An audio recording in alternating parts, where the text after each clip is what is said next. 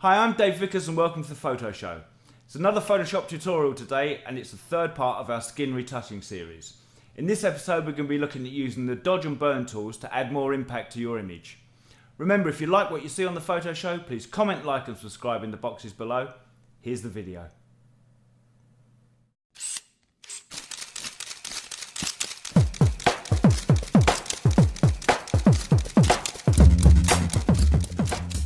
This is the third part in the skin softening series, and in the first part we looked at using the healing brush and the patch tool to clean up blemishes on the image, and in the second part we were looking at using the various techniques to soften the skin. So this is how we started off with the image, and this is where we've ended up after using the healing brush and skin softening. You can see it's made quite a difference. It's taken out a lot of the blemishes, it's softened the skin, it's cleaned up the tones around the skin as well. But it's still quite a naturalistic looking image. We haven't gone too far and made it too plastic and dull like. What I want to do in this third part is to look at using the dodge and burn tools within Photoshop to bring out the highlights and shadows of the image and give it a little bit more definition, a little bit more pop. So first thing we're going to do is we're going to add a blank layer over the top of our layer here. So come down to the bottom of your palette here, and next to the dustbin, your little folded paper icon, click that, and that's now giving us a blank layer. As you can see, it's got the checkerboard on it, which is Photoshop's way of showing no information. Now we need to come up to Edit, Fill, and you can see here we've got a number of options. It will normally come up as foreground colour. If you do the drop down menu, down at the bottom here we have 50% grey. So click that and click OK, and now you can see it's filled that image with 50% grey. But at the moment we can't see the original image below to do any work on it. That's because what we need to do is change the blending mode. Up here the blending mode is set on normal. If we do the drop down menu and come down to overlay and click that, you can now see that we're still on the 50% grey layer, but we can see the image underneath, and if we turn it on and off it has absolutely no effect at all because the overlay is allowing us to see through. So what we want to do is start using the dodge and burn tools here to bring out the highlights and the shadows of the image. If you come along across to your toolbar on this side, the dodge and burn tools are just below the water drop icon there, and if you click that you've got two options. You've got your dodge tool, which looks like a little paddle and a stick, and your burn tool, which looks like a hand. These both come from darkroom techniques, from printing photographs under an enlarger. In the old days you'd use a dodge tool, something like a little piece of cardboard or paddle that you would flick between the light coming from the enlarger and the photographic paper to hold back the amount of light to make areas lighter in the finished image. Then the burn tool looks like a hand, and in the darkroom again what you would do is shape your hands and leave an area for light to pass through so that you could control which areas of the image were being darkened up and receiving more light in the printing process. So that's basically what they are. So let's choose the dodge tool. I've set the range to mid-tones and I've set the exposure to about 9%. It's very low, but it gives you a lot more control over how the finished image looks and how much work you're actually doing. You can see on the screen we've got a brush icon, tool icon, and again, as with all the brushes in Photoshop, you can decrease the size using the left hand square bracket or increase the size using the right hand square bracket. So we'll bring that down a little bit, and we're on the dodge tool now, so we're looking for areas of highlight. So you can see we've got an area of highlight down the nose there, so we'll start by just stroking that through like that. And we use this for lightening up any areas that we want to. You can see it's a little bit dark under the eyes, so let's lighten that up a touch. And because we're on such a low opacity, low exposure range, it's actually quite hard to see the effect taking place. But just pick any areas that have highlights on them and just give a little gentle brush through on them and start to work them through. Now at the moment it doesn't look like we've actually done much. Let's do a little bit on the eyes here. You can lighten up the whites of the eyes.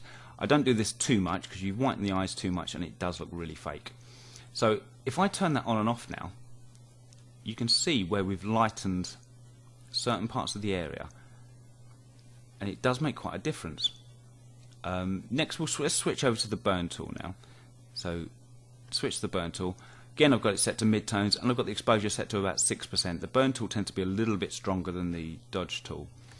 So now we're looking for the opposite. We're looking for areas that you want to darken down, areas of shadow, just to give a little bit more definition into the image and start to bring it through. You can see here, I'm actually going to zoom out a little bit on this image so we can work a little bit more and see what we're doing. Again, I'm still on the burn tool, and because it's on such a low exposure, it's actually quite hard to see what effect you're having on the image so far. So we'll just do a little bit of work here, and then we can have a look. Let's keep going. I'm just picking out darker areas in the hair. All these things will just give a little bit more definition to the image. Come under there. There's a nice bit of shadow on the chin area there. Nice bit of shoulder blade there. Let's zoom the image out completely, and we'll just work on some of the other areas where there's little areas that could do with darkening up.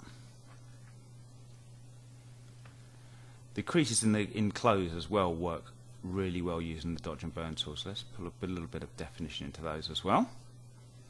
Okay, let's switch back to the dodge tool now and hit some more of the highlights. Just areas that you want to lighten up a little bit. And it really just adds definition to your image.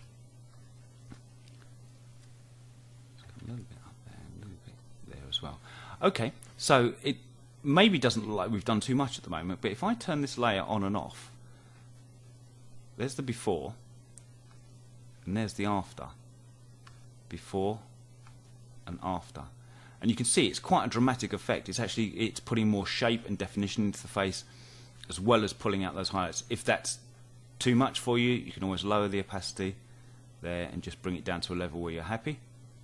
We'll bring it back up there. If I turn the layers off underneath, you can see there on the 50% grey layer where I've hit with the lighter areas, obviously from the dodge tool, the darker areas are from the burn tool.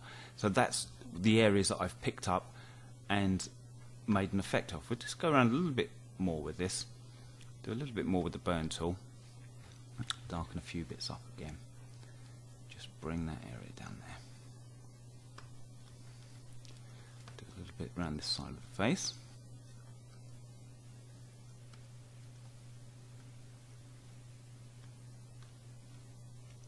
Lips. You can see there, before and after, before and after. And if that effect's not enough for you, you can then duplicate this layer again. So if we go Control and J, now you can see we're really getting into a really hyper-realistic looking image. That to me is way too much. You could try and drop the opacity again to try and bring it back down to a usable level. That's not too bad. But I think actually we were better off with just the one layer, so I'll delete that top layer there. And we'll bring this back up to 100%. Let's have a quick look there. So before and after. Zoom into 100% here. There we are, 100% on the screen of the image. This is how we are now, having used the healing brush to clean up the blemishes, the skin softening technique to smooth out the skin and the texture, and dodge and burn to add a little bit more definition. So let's have a look. This is where we started with the image. This is the before, and this is the after. Before and after. I think it's still, even though we've done quite a bit of work on it, it's still a realistic looking image. It still looks natural, it doesn't look too fake. And we've cleaned up a lot of the areas of skin. The texture's a lot more uniform all the way across. Okay, I hope you've enjoyed this. I'm Dave Vickers. Till the next tutorial, see you then. Bye bye.